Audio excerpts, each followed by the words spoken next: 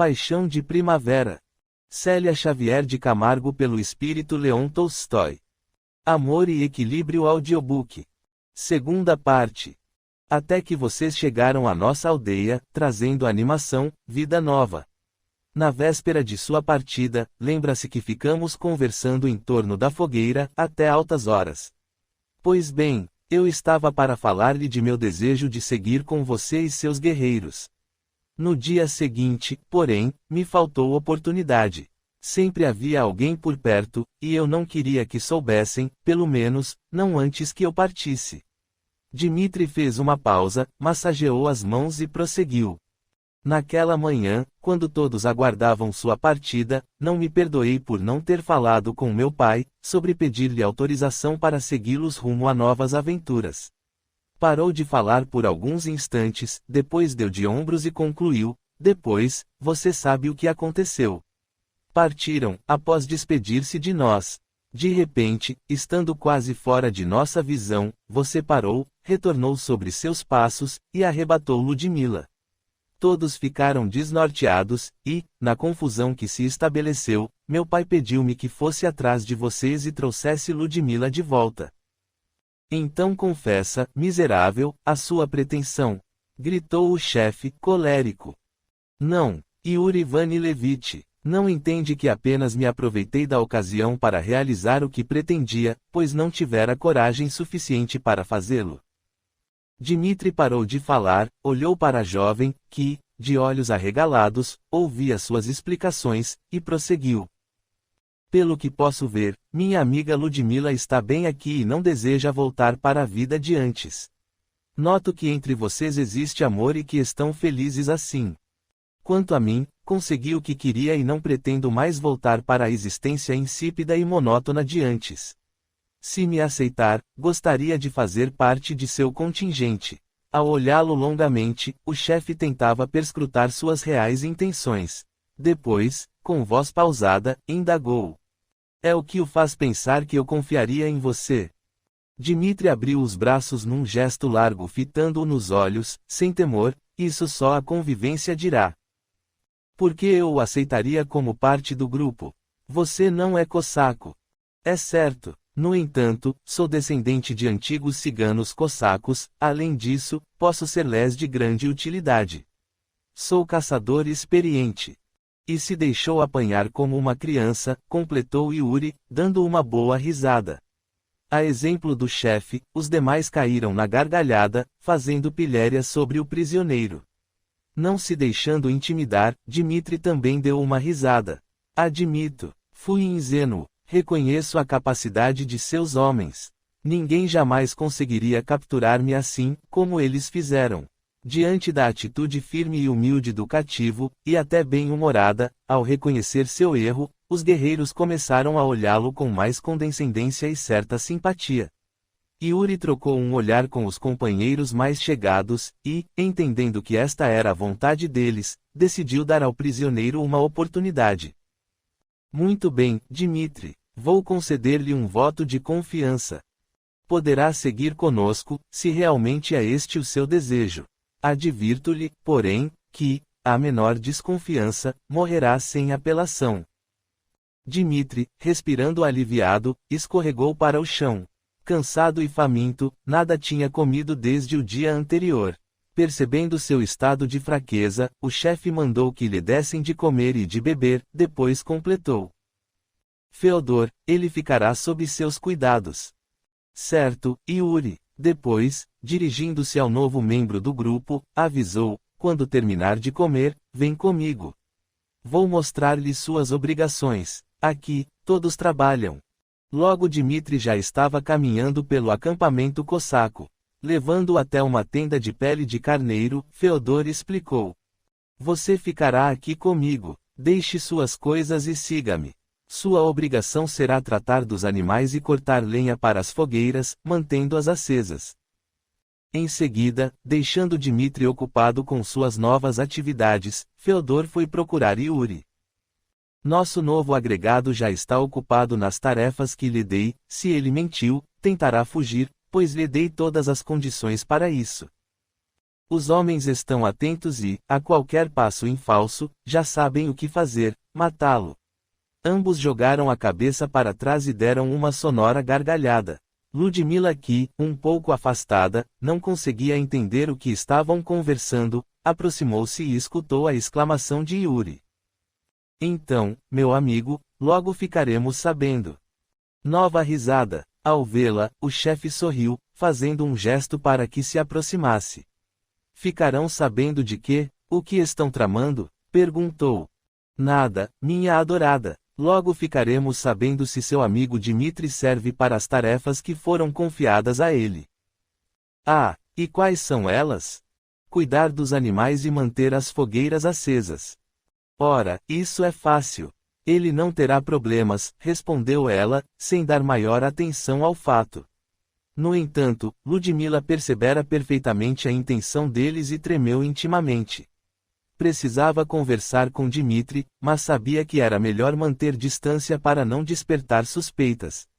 Não ignorava que ambos estariam sendo observados. Levantou-se com displicência e, dando alguns passos, ouviu Yuri perguntar: aonde vai, Mila? Andar um pouco. Temos cavalgado quase que o tempo todo e, não estando habituada, canso-me muito. Preciso exercitar as pernas. Então vá, querida. Quer que a acompanhe? Não é preciso. Sei que tem assuntos a resolver com Feodor. Não vou longe, fique tranquilo. Ela saiu caminhando lentamente, sem destino, observando tudo, parando para fazer algum comentário com alguém, olhando as panelas que fumegavam nas fogueiras. Desconfiado, num gesto quase imperceptível, Yuri ordenou a um de seus homens que a seguisse. Se ela fosse encontrar-se com Dmitri, estaria perdida. Ambos estariam perdidos. Nada disso, porém, aconteceu. Esperta, ela se limitou a percorrer o acampamento, depois caminhou no meio do mato, tendo o cuidado de ir para o lado oposto àquele onde vira Dmitri entregue às suas ocupações. Voltou cerca de 40 minutos depois, tranquila e com as faces rosadas pelo esforço. Yuri a recebeu com imenso carinho, abraçando-a com amor. Passou a demonstrar até maiores atenções à sua amada, como que se penitenciando por ter duvidado dela. Ludmila, viva e observadora, entendeu perfeitamente que ele se sentia culpado por não ter confiado nela. Após uma semana, Dmitri conquistara a confiança do grupo. Mostrava-se sempre prestativo, atento e cuidadoso, não apenas com suas tarefas, mas com todas as atividades do acampamento. Alegre e folgazão, tornara-se amigo de todos, sobretudo do chefe. Conversava bastante com Feodor, especialmente quando se recolhiam à noite. Dmitri percebeu que o companheiro, apesar de supostamente admirar e ser considerado o melhor amigo de Yuri Vanilevich, no fundo, tinha inveja dele, da autoridade, da competência na chefia do grupo, da força e, principalmente, de sua relação com a bela Ludmila. Evidentemente Feodor não admitia esse fato, mas, Dmitri percebera muitas vezes que diante da jovem, ele ficava diferente, olhava-a disfarçadamente, quando não se sabia observado, e, quando Mila estava brincando pelo acampamento com um cão que aparecera um dia, e que Yuri permitira que ela o adotasse, seu olhar intenso a seguia sem perdê-la de vista. Durante as viagens, muitas vezes Dmitri aproximava-se de Feodor, cavalgando junto dele e conversavam bastante. Quando paravam, assentando o acampamento, geralmente ele saía com Feodor para caçar, provendo a alimentação do bando. E à noite, quando se sentavam em torno da fogueira, cantando e divertindo-se, no momento em que Yuri pedia para Ludmila dançar, Feodor mudava, uma expressão de encantamento, de adoração e até de desespero, surgia no semblante dele, não deixando dúvidas quanto aos sentimentos que nutria pela bela bailadeira. Aos poucos, Dmitri estimulou que ele se abrisse e falasse de si, do que trazia no íntimo. Certo dia, enquanto se encontravam recolhidos na tenda, preparando-se para dormir, com astúcia, Dmitri tocou no assunto que incomodava o companheiro. Feodor, meu amigo, tenho percebido o quanto você se dedica a nosso chefe. Mas, atento e interessado, o outro o incentivou. Continue, pode falar, somos amigos ou não? Exatamente por isso não sei se devo dizer o que penso, murmurou o outro, como se temeroso. Pois rogo-lhe que fale. Muito bem, já que insiste. Não sei se nosso chefe tem a mesma deferência por você. Tenho notado, por pequenas coisas, que ele não confia muito em sua pessoa. Acha mesmo? Indagou, preocupado.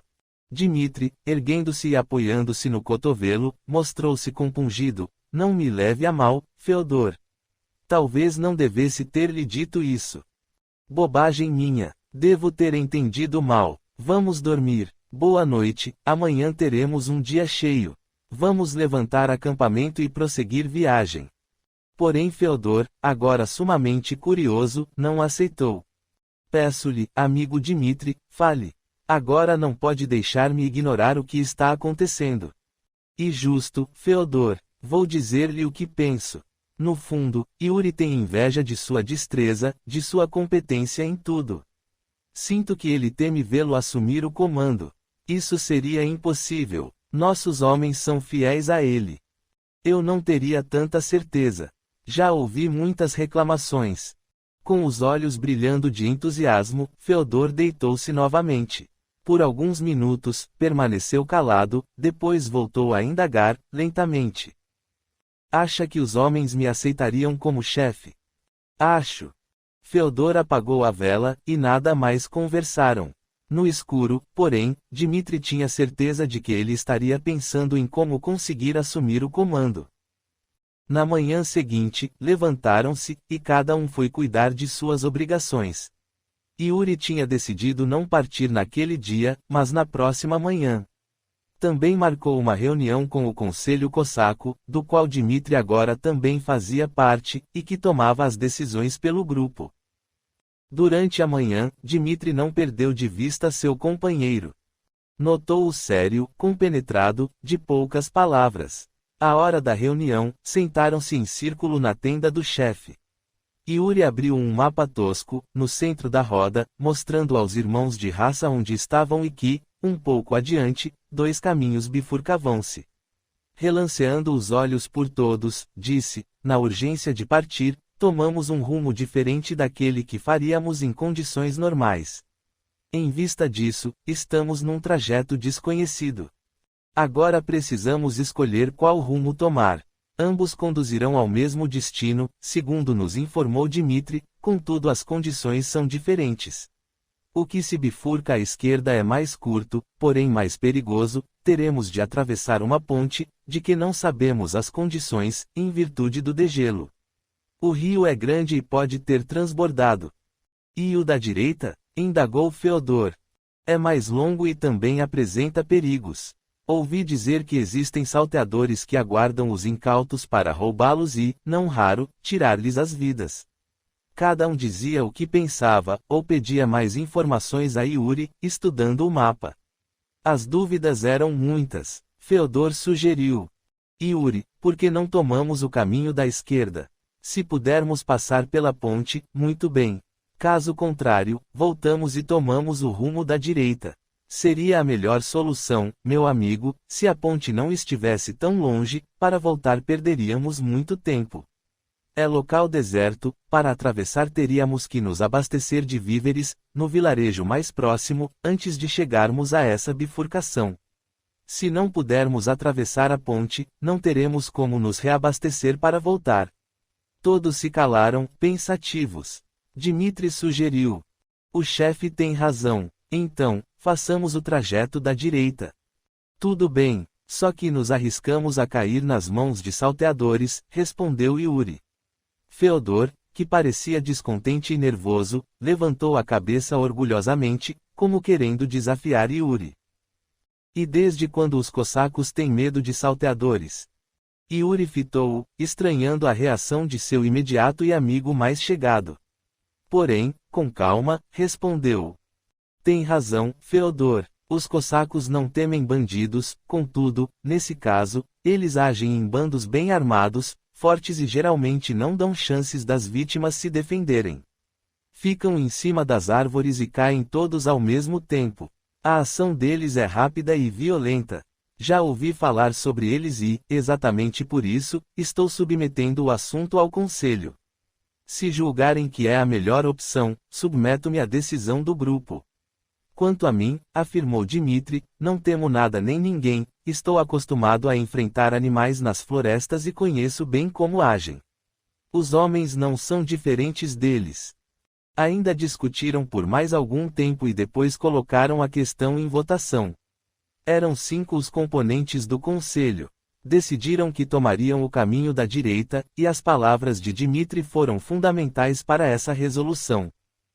Yuri estava um pouco apreensivo, mas não perdeu o bom humor. Terminada a reunião, procurou conversar com Feodor. O que está acontecendo com você, irmão? Noto-o inquieto, nervoso. Não consegui dormir direito essa noite. Talvez preocupado com a viagem, só isso. Yuri colocou a mão no ombro dele e disse: Fique tranquilo, amigo. Tudo dará certo. Você ouviu as palavras de Dmitri. Tenho confiança nele. É um companheiro de valor. Ao escutar aquelas palavras, Feodor tremeu por dentro. Miserável. Tanto tempo juntos e ele agora confia mais num recém-chegado do que em mim. Sua hora chegará, você não perde por esperar. Dmitri estava contente com o rumo dos acontecimentos. Fizera questão que resolvessem pelo caminho da direita porque já tinha planos em mente. Agora só precisava trabalhar mais os sentimentos do outro contra Yuri. À noite, deitados em suas esteiras, Feodor indagou. Acha que decidimos com acerto? Sem dúvida. Pode confiar em mim. Estou com umas ideias na cabeça. Que ideias são essas, Dmitri? Não posso revelar-lhe agora, mas diga-me, você estaria disposto a assumir o comando do grupo? Claro. O que faria para conseguir essa posição? Tudo. Qualquer coisa? Qualquer coisa. Ambos se calaram, cada qual pensando em como agir. Feodor já se imaginava comandando os cossacos, tomando as decisões, sendo obedecido e admirado por todos. Dmitri arquitetava planos para que isso pudesse acontecer. No fundo, odiava Yuri e desejava matá-lo. Não suportava ver o rival abraçado a Ludmila, beijando-a e privando-o de seus carinhos. Tudo faria para poder fugir com essa mulher, voltando para a aldeia nos Urais. Nenhum dos dois conseguiu dormir naquela noite. Quando amanheceu, eles se levantaram. Era preciso desmanchar acampamento e seguir viagem. Capítulo 6. Maus presságios. Os cossacos arrumaram seus pertences, prepararam as armas, afiaram as lâminas e partiram. Estavam todos calados, tensos. Só se ouvia o ruído dos cascos dos cavalos, no solo de terra firme, ou o barulho quando resvalavam em alguma pedra. Algumas horas depois, aproximaram-se da bifurcação tão temida. 2 caminhos surgiram. Yuri, que ia à frente, ergueu o braço, e o grupo todo parou. Dando meia volta, ficou face a face com os guerreiros enfileirados. Fitando um a um, buscou ainda mais uma vez a confirmação do trajeto, e os homens, com um sinal de cabeça, ratificaram a decisão. Então, com um suspiro resignado, Yuri ordenou que tomassem o caminho à direita. Ele não saberia precisar o porquê da angústia que dominava em seu peito, constringindo-lhe o coração. Intimamente sentia-se envolvido por maus presságios. A razão lhe dizia que não deveriam tomar aquele rumo, porém a decisão do grupo era soberana, e ele tinha de submeter-se. Desgostoso e preocupado, refletia sobre a situação. Não era medo, visto que enfrentara com coragem situações mais difíceis. O que seria? À medida que avançavam, porém, Yuri tranquilizou-se. A estrada estava limpa e descampada, com um sol radioso a permear as árvores. Mais descontraídos, os cossacos puseram-se a conversar e a brincar uns com os outros. Depois de algumas horas, fizeram uma breve parada. Precisavam alimentar-se e tratar dos animais. Logo, reiniciaram a marcha. Aos poucos, contudo, o caminho foi se modificando, sem que se dessem conta. Lentamente, a paisagem bela e ensolarada foi sendo substituída por trechos mais fechados, onde a luz do sol quase não conseguia penetrar. De repente, aquele lugar bonito, apesar de sombrio, foi ficando cada vez mais fechado e escuro. A temperatura baixou bastante, e eles começaram a tremer de frio. A certa altura, Yuri notou um ruído quase imperceptível e fez um gesto de silêncio. Os homens ficaram mais atentos. Com os sentidos desenvolvidos pela prática, eles tinham a percepção de estarem sendo observados, embora, por mais que apurassem os olhos e os ouvidos, nada conseguissem perceber na ramaria fechada. De súbito, o último cossaco notou um estalido insignificante às suas costas e virou-se, mas não teve tempo de se defender. De uma árvore, como um felino, saltou um homem que o agarrou, apunhalando-o pelas costas, a lâmina, varando as costelas, atingiu seu coração, fazendo com que tombasse desamparado do cavalo, enquanto o sangue jorrava da ferida aberta, sem ruído. Não pôde defender-se e nem gritar, mas soltou leve gemido, pouco mais que um sopro, o suficiente para ser percebido pelo companheiro que estava mais próximo, logo à sua frente, o qual se virou e, ao vê-lo no chão, gritou, alertando os outros. Tarde demais, porém, como se aquilo fosse um sinal, das árvores saltaram homens encapuzados que caíam sobre os cossacos, derrubando-os dos cavalos e atingindo-os de forma brutal. Guerreiros fortes, ágeis e corajosos, os cossacos rapidamente se organizaram, e quem podia, defendia-se, travando um combate com os salteadores. Estabeleceu-se uma grande confusão, com os gritos de desespero dos cossacos feridos que tombavam na luta, sob os brados de incentivo de Yuri. Ao ver o tumulto, Dmitri não perdeu tempo. Correu em defesa de Ludmila, colocando-a entre uma carroça e um cavalo caído, onde ficaria mais protegida. Um pouco além, Yuri vira sua ação, agradecido por saber que sua amada estaria em segurança. Nesse exato momento, o cavalo de Yuri foi atingido, jogando-o por terra. Dmitri relenceou os olhos pelos combatentes e, vendo Yuri no chão, correu para socorrê-lo. Arrastou Yuri para fora da estrada e colocou-o sentado, atrás de um arbusto, recostado e em segurança. O chefe dos cossacos preparava-se para agradecer-lhe pela ajuda, quando percebeu algo estranho. Naquele instante, ao olhar para o amigo, viu que Dmitri o fitava de maneira diferente, fria. Depois, ainda sem tirar seus olhos dos dele, Dmitri o atingiu com sua faca de caçador, enterrando-a até o cabo. Quando a lâmina rasgou-lhe as carnes, Yuri sentiu uma dor intensa, dilacerante, mas continuava a fitá-lo, entre surpreso e decepcionado, sem saber o que estava acontecendo, qual o motivo daquela atitude agressiva do amigo, até que desabou no meio da vegetação, perdendo a consciência. Estava morto, com grande frieza, sem sentir a menor piedade por aquele que o considerava amigo, que confiara nele e que ele traíra, matando-o barbaramente. Dmitri deixou o corpo escondido e voltou para junto dos demais, atirando-se ao combate, com todo o vigor de sua natureza jovem, e auxiliando os cossacos com sua bravura. Não demorou muito, o chão estava juncado de cadáveres, de ambos os lados. Ao perceber que estavam em desvantagem, os bandidos fugiram rapidamente, desaparecendo no meio da mata. Cansados, mas aliviados, os cossacos foram verificar as baixas sofridas e socorrer os feridos. Alguém viu Yuri? Perguntou um dos homens.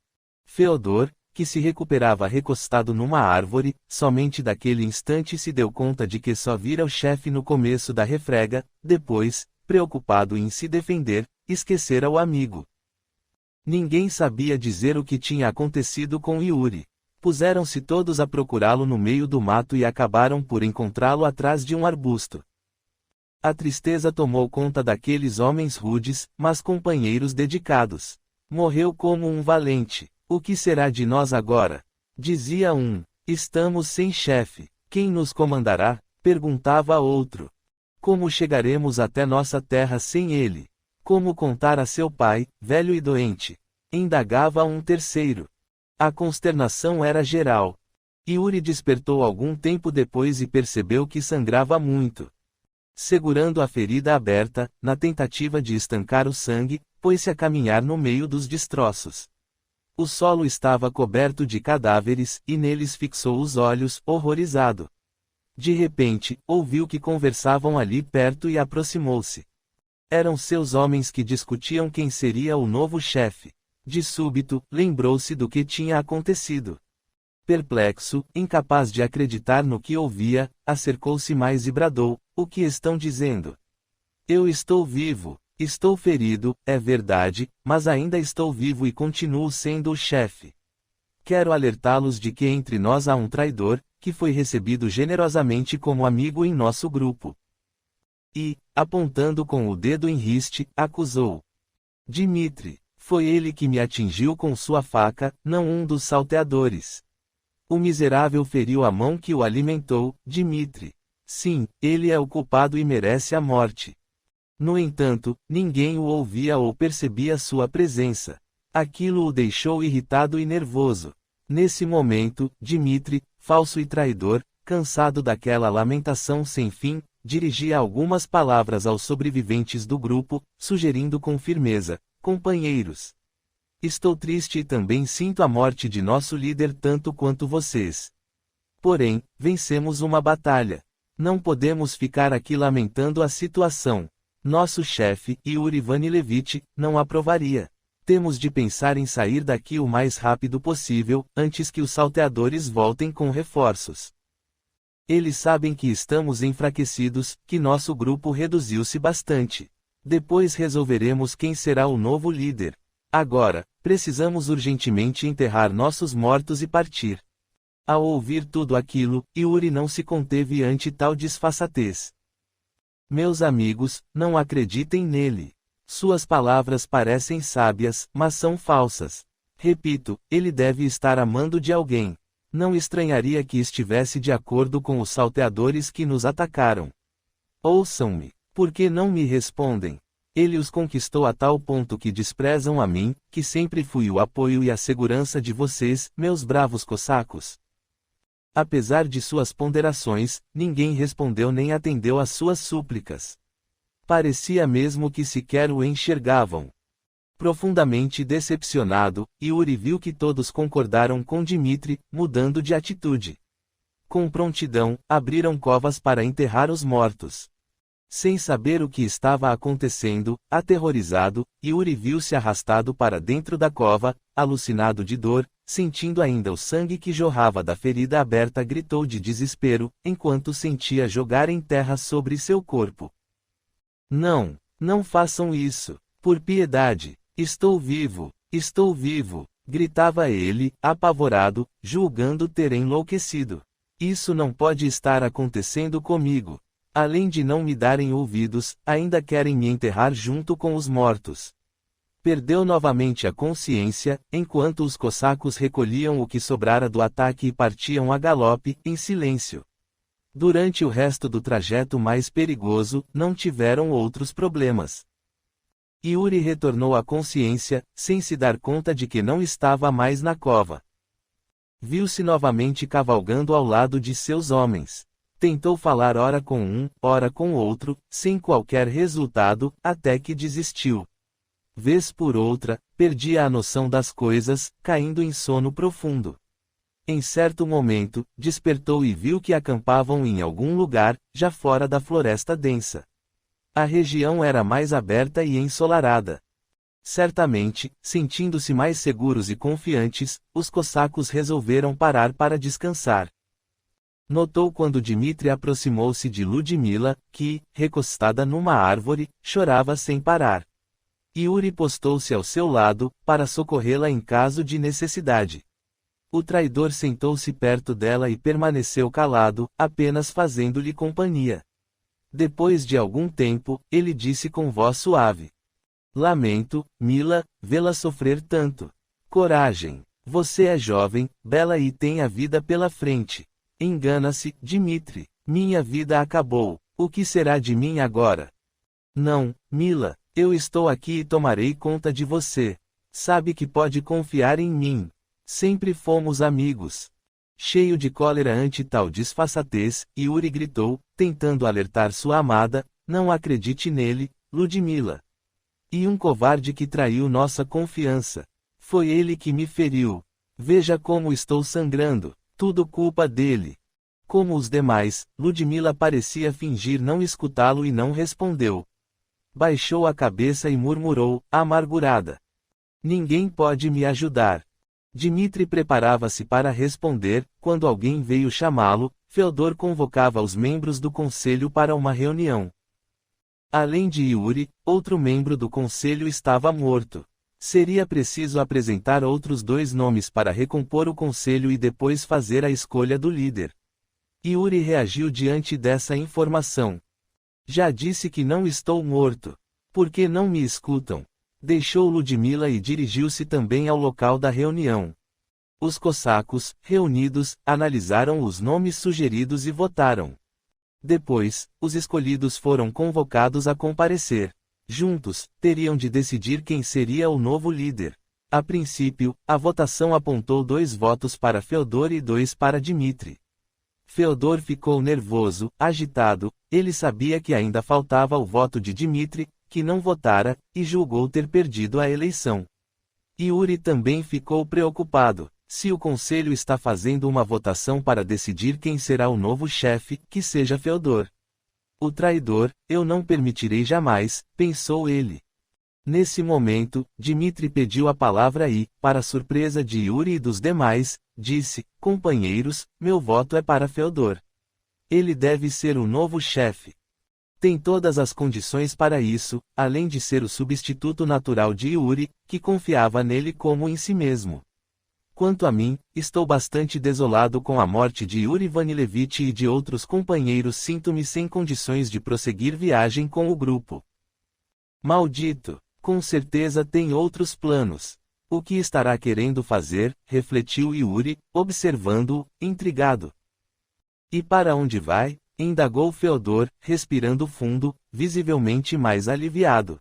Retornarei para minha aldeia. Creio que me curei de aventuras. Percebi que tudo isso nada significa para mim. Tenho, porém, um pedido a fazer-lhes. Feodor, agora como novo líder, concordou. Pois faça, caro irmão. O que podemos negar a você, que tanto nos ajudou? Quero levar Ludmila comigo. Afinal, ela amava nosso querido Yuri e agora não tem motivos para continuar com o grupo. Yuri levou as mãos à cintura, revoltado. Então, era isso o que ele pretendia. Bem que eu achava que era apaixonado por minha Ludmila. Sem conter-se, avançou para ele aos socos. Cão maldito, minha mulher não será sua. Ela me ama e jamais me trairá. No entanto, o traidor parecia não sentir o peso de seus punhos. Por mais que tentasse atingi-lo, não conseguia, e Yuri acabou por desistir, afastando-se e deixando-o em paz. Mas sabia por que o safado escolhera exatamente aquele momento para fazer esse pedido. Dmitri não ignorava que tal pedido dependeria de uma decisão do conselho e, submetido à votação, Feodor não teria como negar-lhe a solicitação, uma vez que ganhara a liderança por voto dele, do traidor. Dmitri fez uma pausa, olhou cada um e perguntou: qual a decisão do conselho? Rapidamente, cada um deu sua opinião, aprovando o pedido.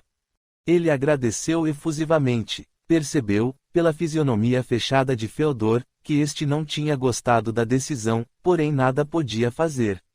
Além disso, sabia que devia seu cargo de líder a Dmitri, que, se quisesse, seria o novo chefe, e Feodor não queria correr o risco. Amuado num canto da tenda, desanimado, Yuri ouvia a conversa deles sem interferir. Ficou decidido que Dmitri e Ludmila iriam com o grupo até a próxima cidade, onde colheriam informações a respeito das condições da ponte, se já estaria dando passagem. Seria temerário voltarem pelo mesmo caminho, que sabiam estar dominado por alteadores, sujeito a novos ataques. E se o rio transbordou e não der para atravessar a ponte? Perguntou um dos conselheiros. Só nos restará permanecer na cidade e esperar o rio baixar, o que, certamente, não deve demorar. Ficou decidido que Dmitri e Ludmila prosseguiriam viagem até a cidade com o grupo. Lá chegando, foram informados de que a travessia da ponte fora normalizada. Eles despediram-se dos novos amigos e continuaram viagem, agora sozinhos, em retorno à aldeia nos Urais. De uma forma que não sabia explicar, Yuri parecia sentir que Dmitri estava satisfeito, intimamente, sabia que ele regozijava por ter conseguido realizar o que planejara. Livrara-se de Yuri, mantivera a amizade dos cossacos, e sua amada Mila voltara para seus braços, agradecida. E, de quebra, ainda saíra como herói desse trágico episódio. Yuri, ao perceber o que se passava pela cabeça do traidor, sentiu-se mal. Ao mesmo tempo, tinha consciência de que não adiantava reagir, pois ninguém parecia notar sua presença, ignorando-o por completo. Enojado de tudo, percebeu-se extremamente cansado, e a ferida doía-lhe horrivelmente.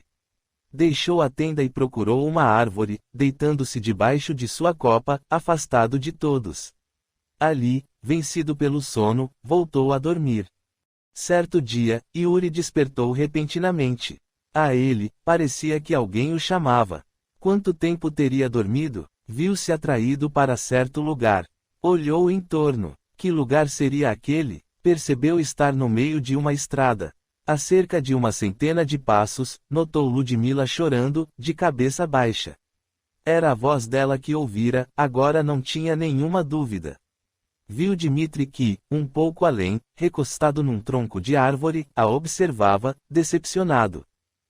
Tanto lutara para retornar à sua aldeia, nos Urais, e ficar com Ludmila, mas sentia-se desesperançado. Esperava que ela mudasse de comportamento, tornando-se mais receptiva aos seus carinhos.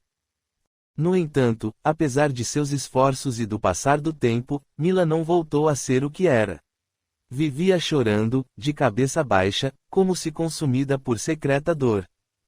Os dias e noites passavam, e ele não conseguia aproximar-se dela como gostaria. Ela não era mais uma donzela, tinha pertencido ao cossaco Yuri. Por que não poderia ser dele também? Ele era um homem honrado e casaria com ela ao chegarem à aldeia. Não havia o que discutir. Afinal, agora ela era dele, e ninguém mais a roubaria. Às vezes, tentava abraçá-la com carinho, mostrando-lhe o quanto a amava, porém ela se esquivava. Sempre triste e calada, permanecia indiferente ao que se passava a seu redor. Yuri não entendia como podia saber o que se passava no íntimo de Dmitri, porque conhecia os sentimentos dele.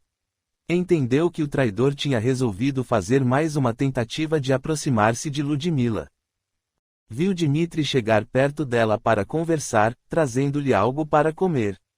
Querida Mila, você precisa fazer um esforço para alimentar-se. Está pálida e enfraquecida. Não pode continuar assim. Ela puxou o xale, cobrindo a cabeça, e murmurou com voz desalentada: Deixe-me, Dmitri. Cuide de sua vida. Você nada pode fazer por mim. Quero morrer. Não, Mila, eu jamais permitirei isso. É um absurdo o que está dizendo. A vida continua. Yuri morreu, mas você é muito jovem e merece ser feliz. Não posso. Não vê que estou desonrada. Pertenci a um homem e tudo se acabou para mim. Não serei aceita em lugar algum, nem pelos amigos de nossa aldeia e nem mesmo pelos meus pais. Não, nada acabou para você. Eu estou aqui, sempre a amei, e, para mim, nada mudou. Quero casar-me com você. Apesar de acostumado a não ser percebido por ninguém, Yuri aproximou-se para dar-lhe uma surra, cheio de cólera e de ciúmes, quando notou a reação de Ludmila, que ergueu os olhos, surpresa, e depois meneou a cabeça. Não, é impossível. Impossível por quê? Porque não pode ser minha esposa. Ela desviou o olhar do dele, daquele olhar ardente, que parecia devassá-la, como se não tivesse escutado.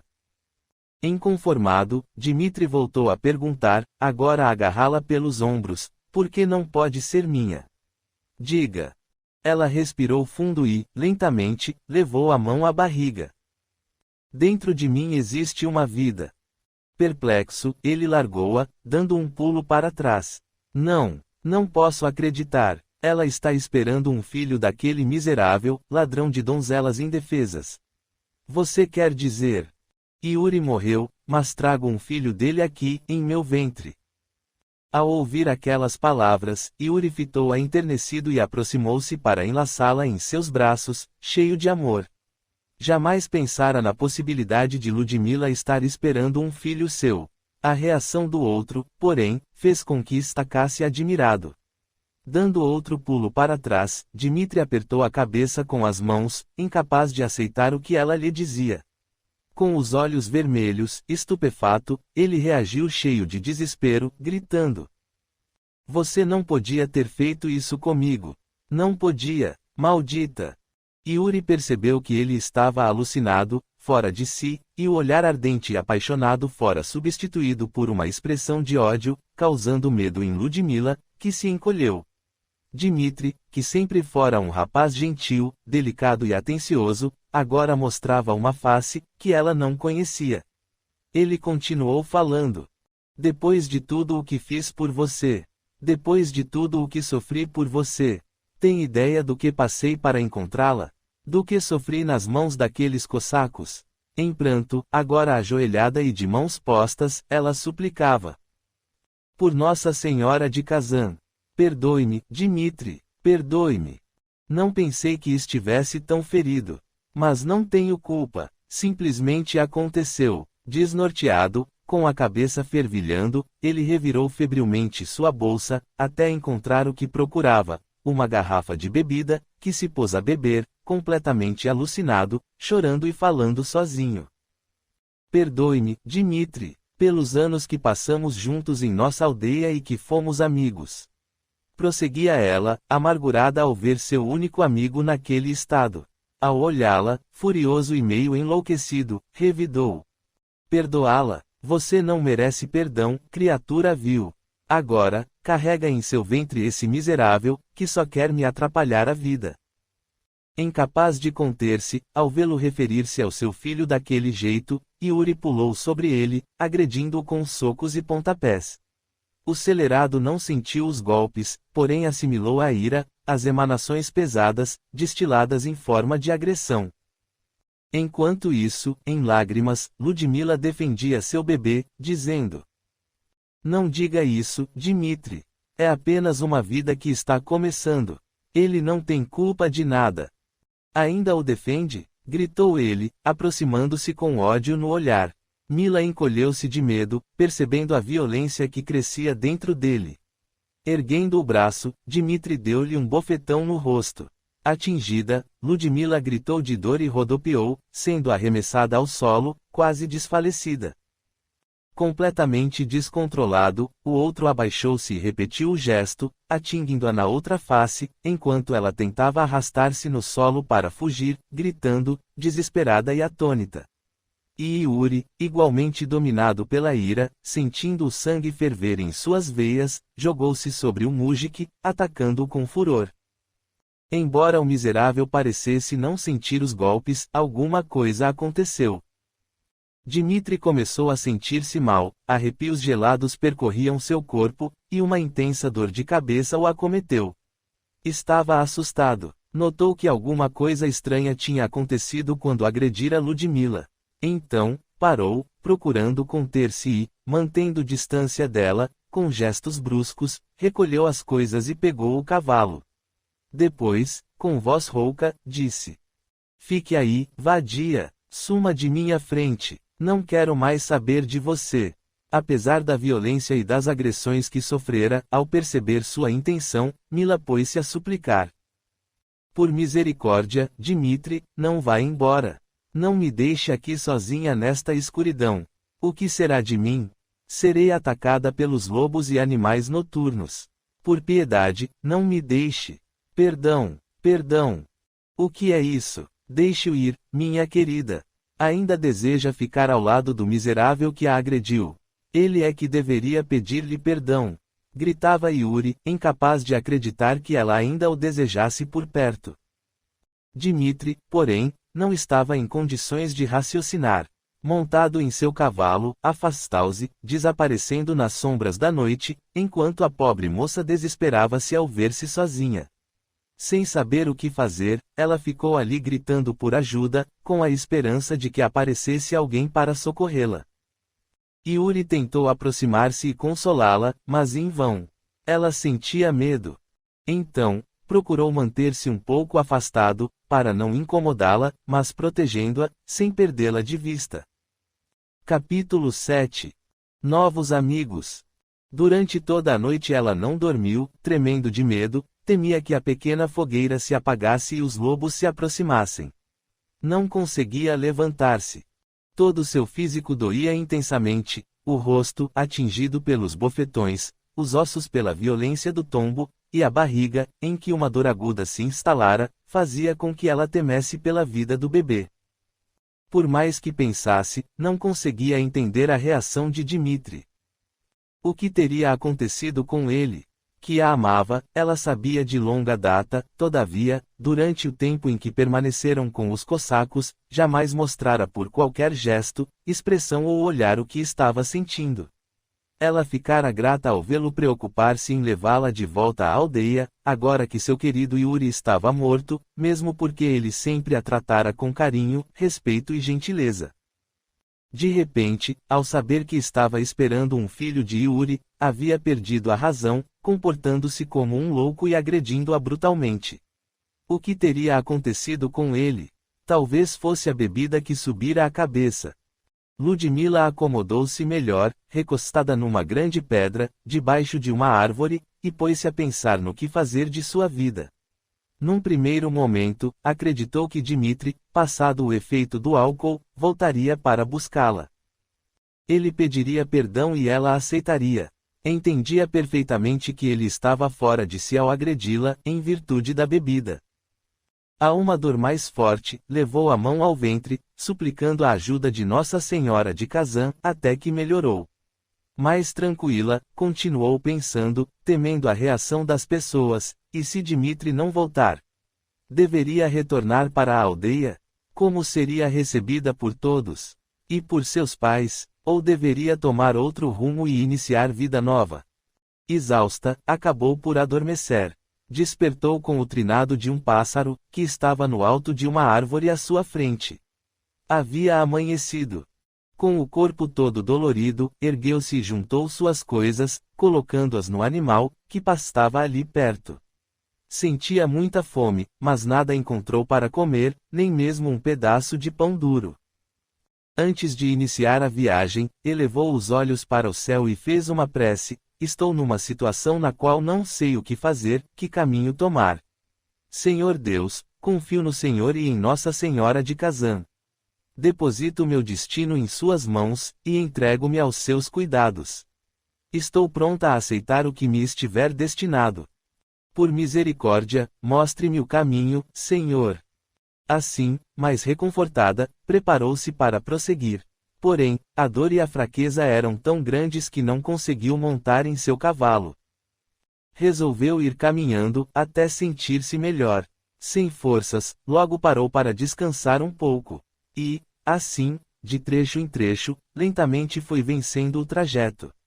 Quando chegou em determinada região, entrou numa aldeia movimentada. Bateu à porta de uma isba e explicou sua situação à mulher, terminando por suplicar: por piedade, ajude-me. Estou com fome. Ao ver que a bela jovem estava pálida e quase desfalecendo, a mulher encheu-se de compaixão e trouxe-lhe um prato de comida, um pedaço de pão e uma caneca com água. Ludmila devorou tudo num instante. Quer mais um pouco? Ofereceu a dona da casa, penalizada. Não, agradeço-lhe, respondeu, embora o desejo fosse aceitar. Não queria, porém, abusar da boa vontade dela. Por que uma jovem tão bonita está viajando sozinha? Fui visitar uma irmã de minha mãe que estava doente, e agora estou voltando para casa, justificou-se, inventando a história. Ah, e a sua tia, melhorou? Não, senhora, ela morreu. Lamento. Ludmila agradeceu novamente a boa mulher e reiniciou a caminhada. Dias e noites se passavam sempre iguais. Às vezes, ela encontrava pessoas generosas que a ajudavam e que até permitiam que dormisse em um abrigo, num celeiro ou num estábulo. Às vezes, porém, passava dias sem alimentar-se, comendo as plantas que medravam na beira da estrada, ou alguma fruta que, por felicidade, encontrasse. Os pés estavam em chagas, e ela os trazia sempre embrulhados em panos. Certo dia, não sabia mais o que fazer. Estava exausta e faminta, chegou a uma hospedaria, à beira da estrada, e pediu comida. O proprietário, homem rude e ambicioso, propôs: dou-lhe comida, mas terá de pagar-me com serviço. Aceito, respondeu a aliviada, sentando-se. O estalajadeiro, porém, avisou-lhe que primeiro ela teria de dar conta do serviço, e, somente depois, seria dado um prato de comida. No entanto, seu estado de fraqueza era tão grande que, apesar do esforço que fez para executar suas tarefas, não conseguiu. Caiu desacordada, e um criado chamou o patrão. Ao voltar a si, viu o dono da estalagem debruçado sobre ela. Desculpe-me, senhor, estou muito fraca, murmurou. O homem, que era bastante esperto, sugeriu: já que não conseguiu trabalhar, vou propor-lhe outra coisa. Vejo que tem um belo animal, minha jovem. Venda-me o cavalo e, em troca, darei toda a comida que quiser. Mas, senhor, eu não posso. Como voltarei para minha casa a pé? Meus pés estão em chagas. Isso é problema seu. Se quiser, faço o negócio já. Ludmila não queria desfazer-se do animal, todavia, estava faminta e a ponto de desmaiar novamente. Está bem, senhor. Quanto me oferece pelo cavalo? Dou-lhe comida e 2 moedas. Está bem, aceito, mas quero também um canto para dormir e um par de sapatos. Tudo bem, Zamira, traga comida para a jovem. Bem a tempo. Ela não suportaria ficar mais um momento que fosse de pé. Ludmila sentou-se a uma mesa e aguardou a comida. Quando chegou o prato, comeu com voracidade. Ao terminar, a moça levou-a para o quartinho onde iria dormir. Ludmila deitou-se e apagou. Estava tão exausta que só acordou na tarde do dia seguinte. Foi para a sala de refeições e mandou chamar o estalajadeiro. Vejo que dormiu bastante. Muito bem, aqui estão suas moedas e seus pertences, como também um par de botinas. Cuide bem de meu cavalo. Não se preocupe. Posso despedir-me dele? Está lá fora. Obrigada. Adeus. Ludmila pegou suas coisas e saiu, protegendo os olhos do sol. Em seguida, procurou o animal. Logo o viu, do lado de lá da cerca. Aproximou-se dele, passando a mão por seu pelo macio. Adeus, meu amigo. Vamos nos separar. Não vou me esquecer de você. Foi um grande companheiro. Obrigada. Adeus. Deu-lhe as costas e começou a caminhar. Ouviu um relincho atrás de si, e voltou-se. Parecia que o animal tinha entendido suas palavras e que também dizia adeus. Agora, realmente, sentia-se sozinha. O cavalo sempre fora um amigo para ela. Fizera-lhe companhia quando não tinha mais ninguém. Enquanto tivera esse amigo, aprendera a confiar nele, a conversar com ele, a sentir-se mais segura enquanto dormia, porque estava por perto. Agora não tinha mais ninguém. Grossas lágrimas desceram pelo rosto. Sentia-se frágil e insegura. Estava só no mundo. Não notou a presença de Yuri que, sempre ao seu lado, muitas vezes, chorava ao presenciar as desventuras, sem nada poder fazer para ajudá-la. Após algum tempo de caminhada, Ludmila não era mais do que sombra do que fora. Tomava banho nos riachos que encontrava. Quase sem roupas para trocar, lavava-as e deixava-as secar durante a noite, embrulhando-se na pequena manta de lã. Sem os cuidados com a pele e os cabelos, a que antigamente estava acostumada, parecia uma mendiga. Certo dia, encontrou um bando de ciganos e pediu-lhes ajuda. O chefe examinou-a de cima a baixo e indagou o que ela sabia fazer. Eu danço, respondeu ela. Pois me mostre. Se for útil ao bando, seguirá conosco. A um leve sinal de Igor, os acordes de uma melodia invadiram o ar. Ele sentou-se, aguardando. Apesar de cansada e enfraquecida, com os pés feridos, embora calçados, Ludmila posicionou-se, desejando dar o melhor de si. Com um sorriso no rosto, ela volteava, e os movimentos da dança atraíram a atenção dos ciganos, que deixaram suas ocupações e aproximaram-se, encantados. Ao terminar, aplausos surgiram de todos os lados. Igor observava-a, pensativo. Quem é você, bela jovem? Por que viaja sozinha, exposta a tantos perigos? Ludmila fitou o homem à sua frente, cujo olhar parecia devassá-la intimamente.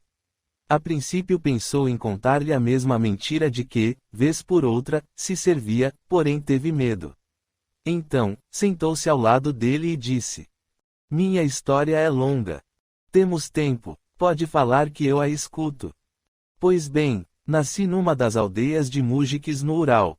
Meus pais, lentamente, ela contou aos seus ouvintes o drama que vivia, e encerrou: assim, depois da morte de Yuri Vanilevich, os cossacos libertaram-me e saí pelas estradas tentando retornar ao meu lar. Os ciganos, emotivos e dramáticos por natureza, ficaram comovidos com a história da bela jovem. Igor propôs. Ludmila, pelo que nos contou, também corre em suas veias o sangue cigano. Venha conosco e terá o amparo de nosso povo. No momento, não estamos indo para aqueles lados, porém somos nômades e chegará a hora em que passaremos por lá. O que me diz? Aceita? Aceito com prazer e agradeço-lhe a generosidade. Aqui, porém, todos trabalham. Você dançará quando for requisitada e ajudará no serviço do acampamento.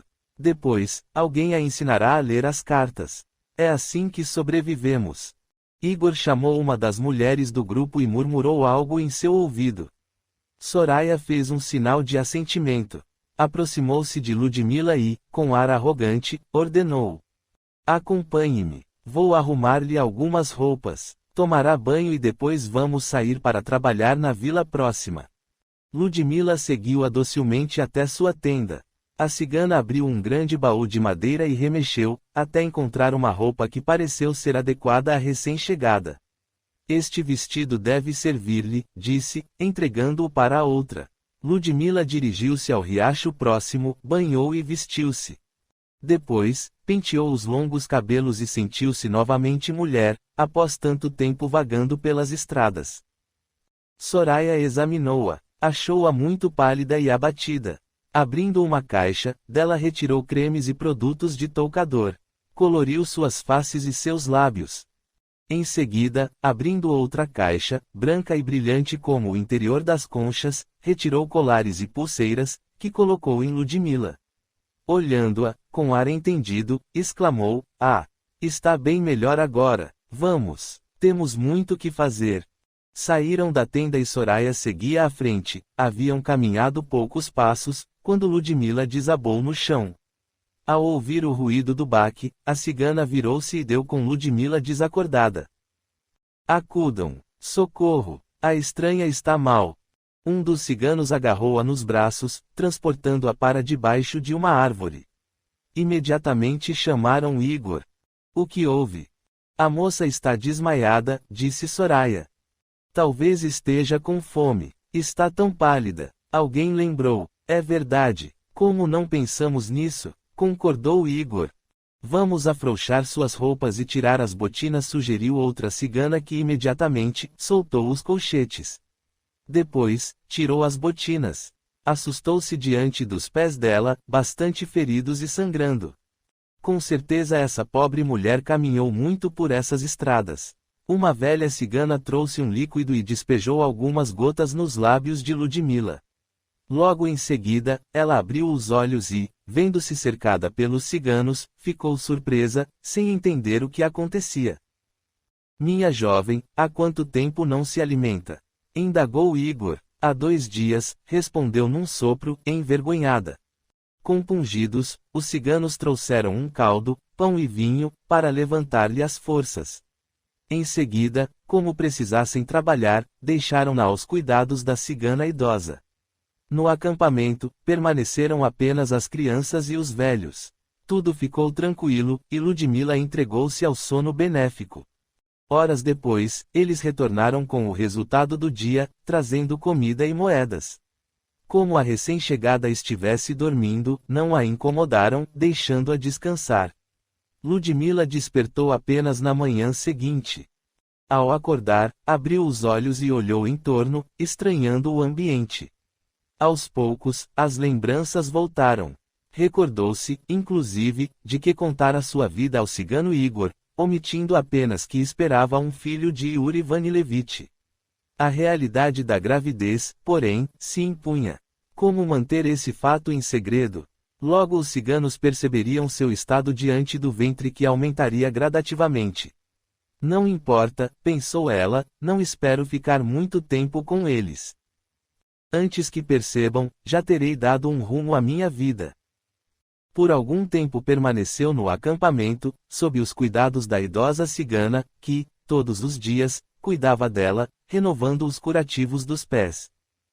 Recuperando-se e já podendo andar, Ludmila passou a sair junto com os ciganos para fazer apresentações. Enquanto ela ou outras ciganas dançavam, Igor passava o chapéu, recolhendo as doações. Ao mesmo tempo, outras andavam no meio do povo, oferecendo dose para ler a sorte nas mãos ou nas cartas. Com o passar dos dias, Ludmila começou a gostar dessa vida. Afinal, dançar sempre fora sua paixão e, agora, podia fazê-lo sem problemas. O tempo foi passando sem que ela desse conta. Um dia, ela percebeu que a anciã olhava-a mais detidamente. Ludmila embrulhou-se no chale, para disfarçar a barriga que já aparecia. Em seguida, viu a velha cigana dirigir-se a Igor, que estava sentado à frente de sua tenda, e conversar com ele em voz baixa. A distância não permitia que ouvisse o que falavam, mas percebeu que ela segredava algo a seu respeito. Não demorou muito, o chefe dos ciganos aproximou-se. Temerosa, aguardou. Igor sentou-se à sua frente. Ludmila, você está prenhe? Como não adiantava negar, ela enfrentou a situação. Estou esperando um filho, sim. Por que não me contou?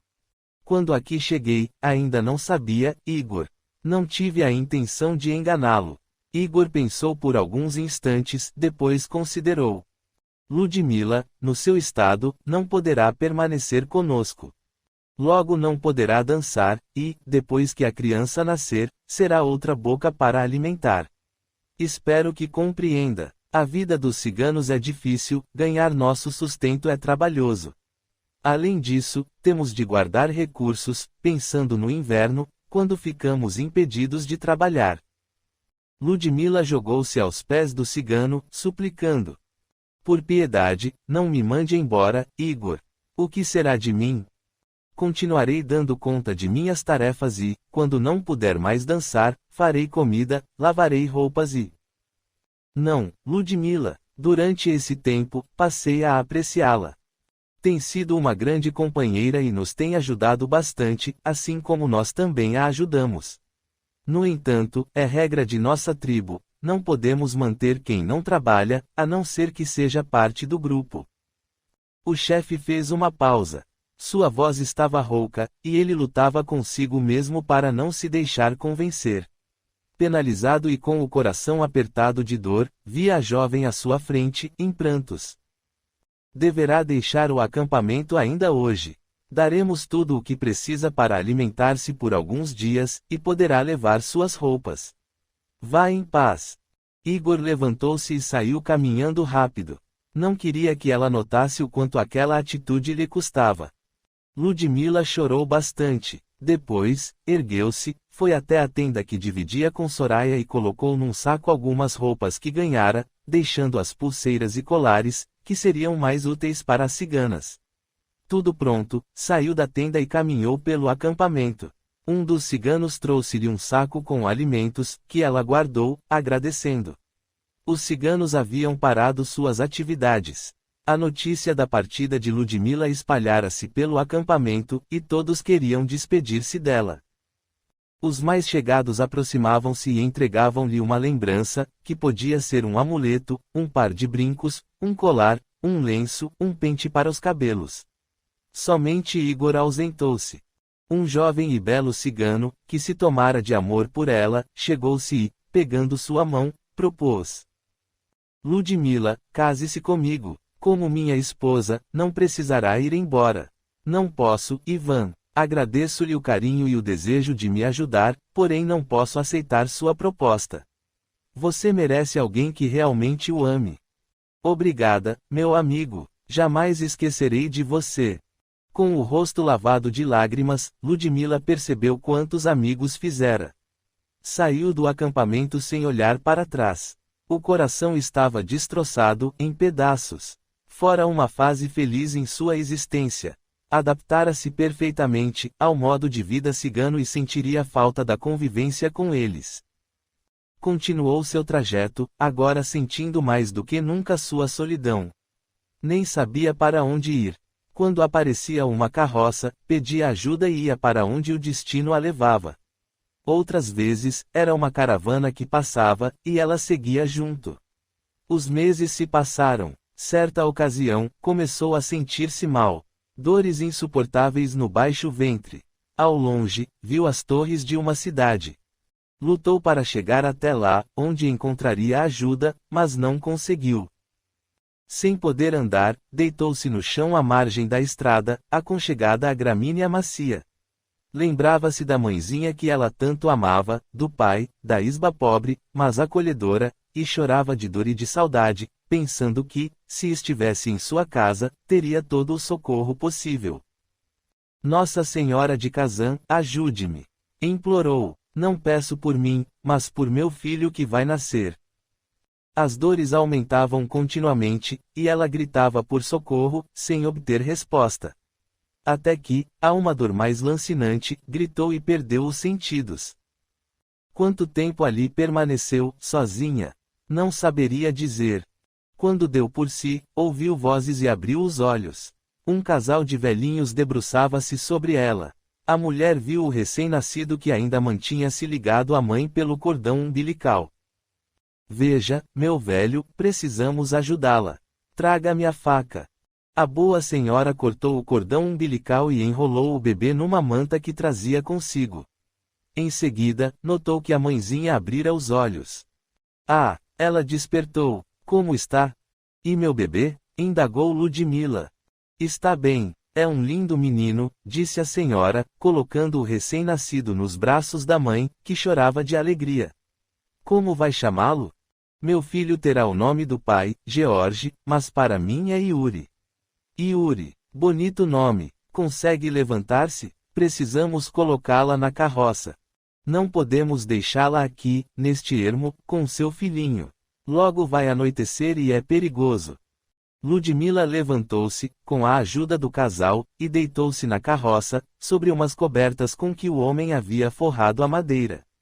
Após acomodar-se, Ludmila adormeceu novamente. Sentia-se fraca, após o esforço do parto. Quando acordou, havia chegado a uma casa pequena e acolhedora. Seus benfeitores ajudaram-na a descer e levaram-na até um quarto, onde deitou-se num leito macio. Logo o cheiro de comida invadiu a casa. A bondosa senhora fizera-lhe uma canja, que Ludmila tomou com satisfação. Ao ver o bebê chorar, colocou-o no peito e ele sugou o leite que descia como milagre dos céus. Ela voltou a dormir e só acordou no dia seguinte. Mais fortalecida, agradeceu o socorro que recebera. Sei que já dei muito trabalho a vocês. Preciso partir, ela disse, embora não muito convencida. No fundo, estava com o coração apertado ao pensar que voltaria a ficar sozinha, ainda mais agora, com um bebê nos braços. Não, absolutamente. Fique conosco por mais algum tempo, Ludmila. Somos sozinhos e sua companhia será um prazer, ainda mais com este lindo bebê. Ludmila respirou fundo. Permanecer numa casa era o que mais queria. Ah, há quanto tempo não sabia o que era ter uma casa. Bem, se não os incomodo, aceitarei. Obrigada. O casal, Simeon e Judite, trocaram olhares, satisfeitos. Os filhos estavam longe e sentiam saudade da presença dos entes queridos. Além disso, Ludmila era muito parecida com a filha deles, e se tomaram de amor por ela. Foi um tempo bom aquele. Com o passar dos dias, Ludmila sentia crescer em si o afeto pelos novos amigos, que, na verdade, tratavam-na como filha do coração. Durante esse tempo, ela ficou sabendo que estavam numa pequena cidade, perto de Moscou. Aquela informação atiçou sua curiosidade. Sempre desejara conhecer a grande cidade. Um mês depois, chegou uma carta trazendo más notícias. Era do marido de Nina, filha de Simeon e Judite, contando que a esposa estava muito doente dos pulmões e desejava ver os pais. Desesperado, o casal resolveu viajar para Novgorod, onde a filha morava. Em meio à confusão que se estabelecera pela notícia, Judite tranquilizara Ludmila, afirmando: Minha filha, vamos viajar para Novgorod, porém esta casa é sua também, pode ficar aqui. Ludmila entendeu a generosidade do casal, mas seria impossível aceitar a oferta. Afinal, haviam se conhecido há pouco mais de um mês e não queria abusar da hospitalidade. Agradeço-lhe, minha boa Judite, mas não posso aceitar. Na verdade, já permaneci tempo demais aqui. Segundo disseram, terão de passar em Moscou. Então, se me permitirem, irei junto com vocês até Moscou, onde ficarei com meu filho. Certamente não me faltará serviço na cidade grande. Assim estabelecido, arrumaram as bagagens e puseram-se a caminho. Após alguns dias de viagem, Ludmila pôde ver ao longe as torres da cidade, sob o fundo azul do céu. Seu coração batia acelerado. Num local onde duas estradas encontravam-se, Simeão fez a carroça parar e avisou: Ludmila, aqui nos despedimos de vocês. É só seguir por esta outra estrada e chegará a Moscou. Desceram e despediram-se, emocionados. Minha filha, se Moscou não for propícia a você e quiser voltar para nossa casa, ela sempre estará de portas abertas para recebê-la. Deixamos a chave com nossa vizinha de confiança. Então, não se acanhe. Mesmo que não estejamos lá, a casa é sua, afirmou Judite. Ludmila abraçou-a com imenso carinho. Judite, você tem me tratado como filha, e eu, que estou distante de minha mãe, agradeço. Obrigada por tudo. Se algum dia precisarem de mim, estarei à disposição. Desejo-lhes uma boa viagem e que encontrem sua filha Nina bem melhor. Assim que tiver um endereço em Moscou, mandarei uma carta contando tudo. Judite beijou o pequeno Yuri, abençoando-o. Ludmila despediu-se também de Simeão, agradecendo-lhe por tudo o que fizera. O casal, com os olhos úmidos, tomou assento na carroça e partiu. Antes de virar na próxima curva, pouco adiante, Judite e Simeão voltaram-se e acenaram com as mãos. Ludmila pôs-se a chorar. Estava novamente sozinha. Capítulo 8. Em Moscou.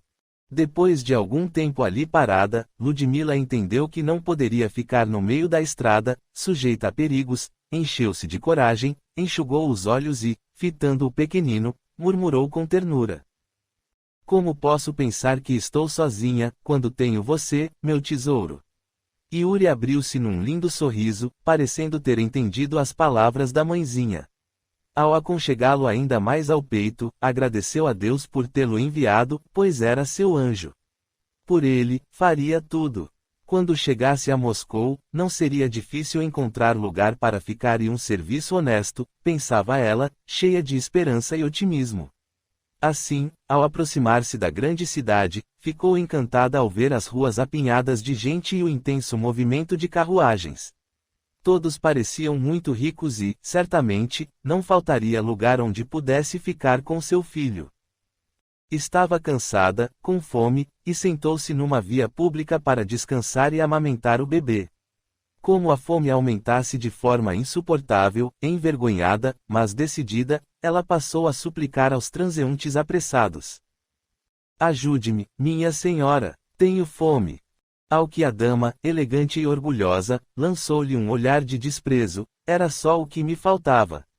Pois sim, sendo tão jovem e bela, precisa é de trabalho e não de mendigar na rua.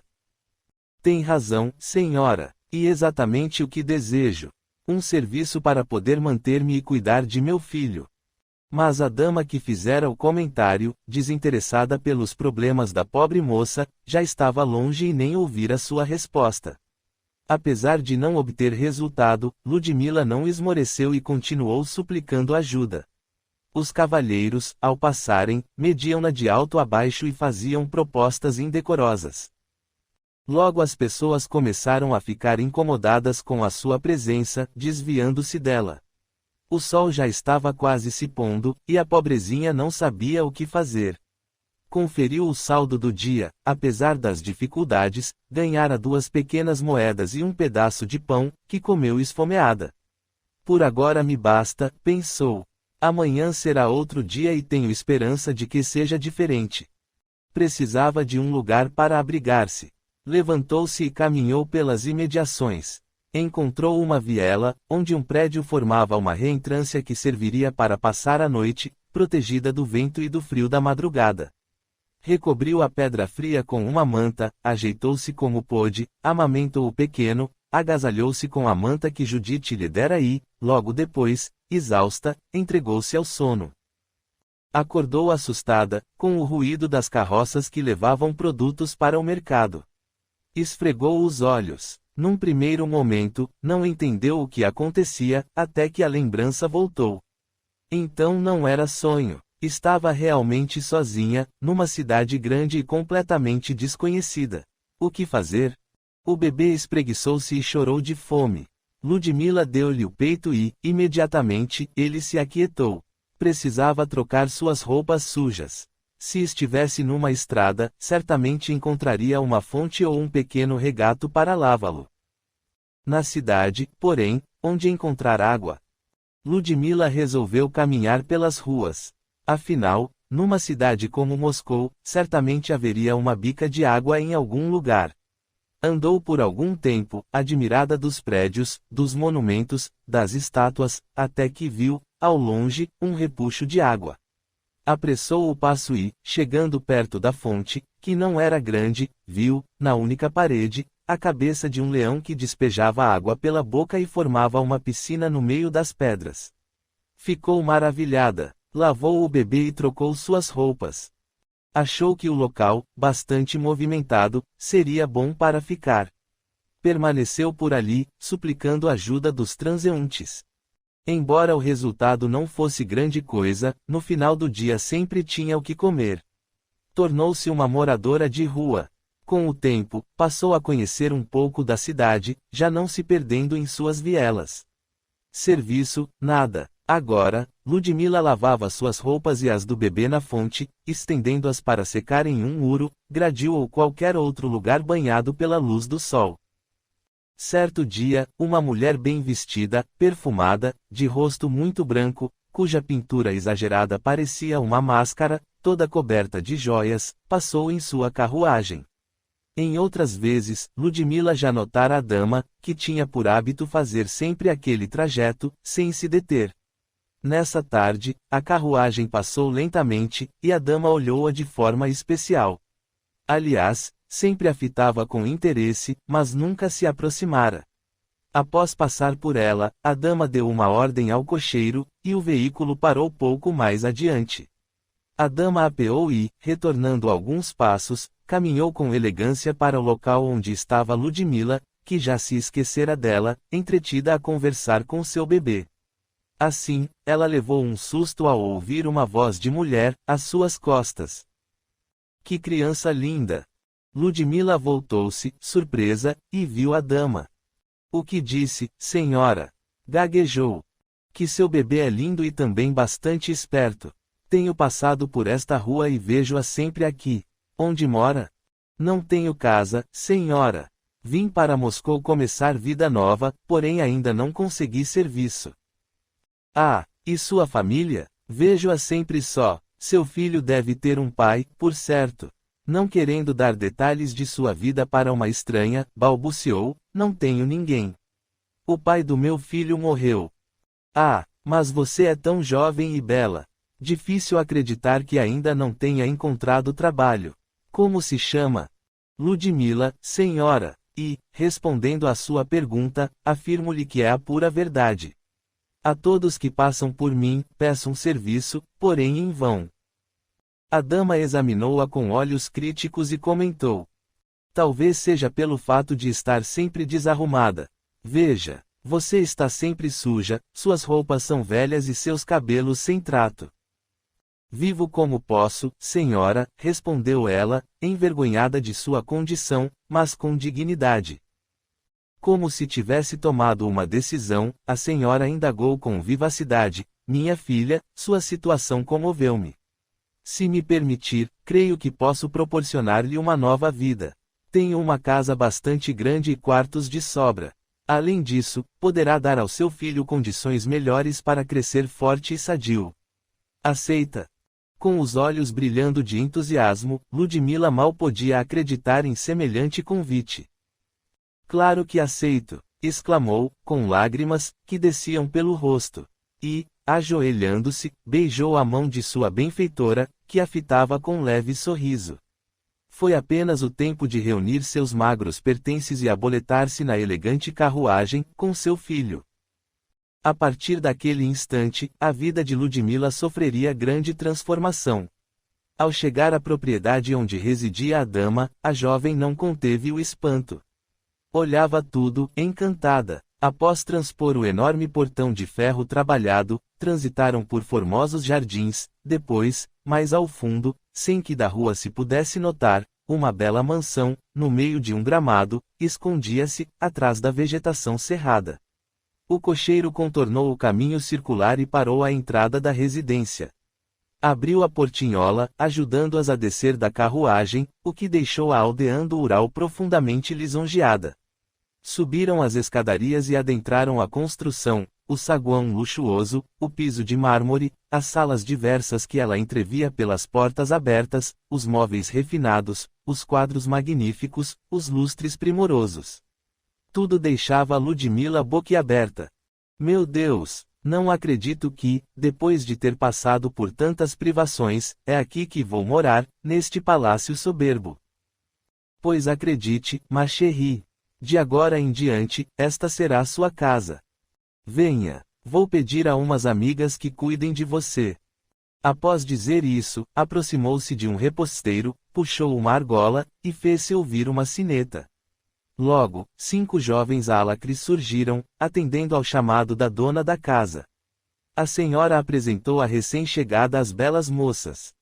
Ludmila, estas serão suas companheiras de agora em diante. Amanda, Irina, Verusca, Ingrid e Sofia. Ajudem-na a instalar-se e tratem-na muito bem. Estou cansada e vou repousar um pouco, afirmou, tirando o chapéu da cabeça e encaminhando-se para uma das salas. As moças olharam Ludmila, dando voltas em torno dela e analisando-a, com expressão crítica, o que fez com que a jovem e tímida camponesa se sentisse péssima. Baixou a cabeça, humilhada. Era o oposto delas. As jovens, todavia, pareciam acostumadas com esse primeiro momento.